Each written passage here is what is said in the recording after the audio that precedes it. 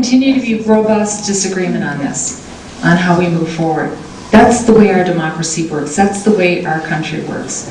But what I hope happens is that we start having conversations like we've had today. It hasn't been as much of a two-way dialogue as we need to continue to have. And who needs to be at the table? It needs to look like the Board of Medical Examiners. It needs to have consumers. It needs to have hospitals. It needs to have the insurance companies. It needs to have the employers.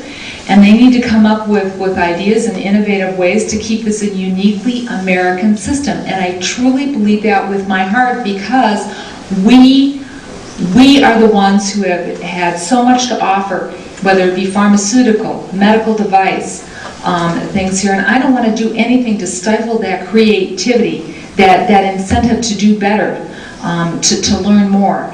And so I would say, I think what you're probably hearing is of like mind up here, but I bet we could have some real intense discussions on how to do things differently.